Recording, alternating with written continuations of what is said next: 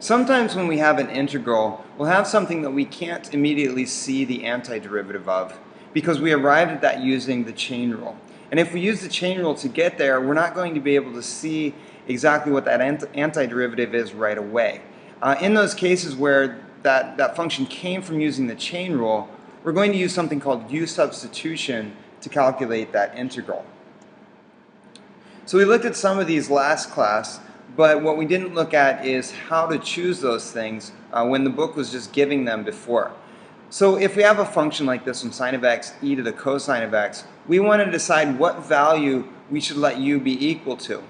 What we're going to look for is we're going to look for some value that's in terms of x so that when we substitute, when we find this derivative du, something dx, we can substitute to get rid of all of the extra x's in there so we can have completely in terms of u and du. Usually what we want to look for is a function that's inside of a more complex function.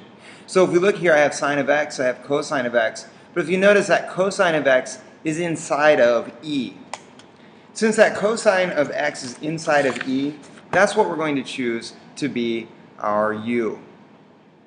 Now I could be wrong when I'm choosing here, but if we give it a try, if it works, then we're done. If it doesn't work, we might have to keep looking for something. We'll take, using this u as cosine of x, we'll take its derivative, which will give me negative sine of x dx.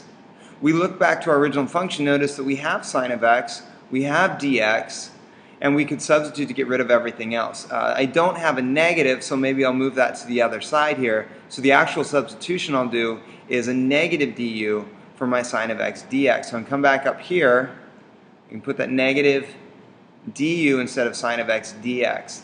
I'm still left with my e, but then we'll remember the substitution that I was doing is that cosine of x is equal to u. I can now take an antiderivative. The antiderivative of e to the u is e to the u plus a constant. And we want to finish, since we started with x, we're going to plug x values back into that. Our substitution was e is equal to cosine of x. And so this is the solution to our indefinite integral. In this next example, again, we want to choose something that will allow us to get rid of all of our x's, and we look for a function inside of another function. Notice we have a square root function here, and this 5 plus 2x cubed is on the inside. So that's probably what I want to look at. So since it's inside that square root, we could also notice that derivative is probably going to give us, since this is x cubed, it's probably going to give us x squared. Now let's look at that and see what happens.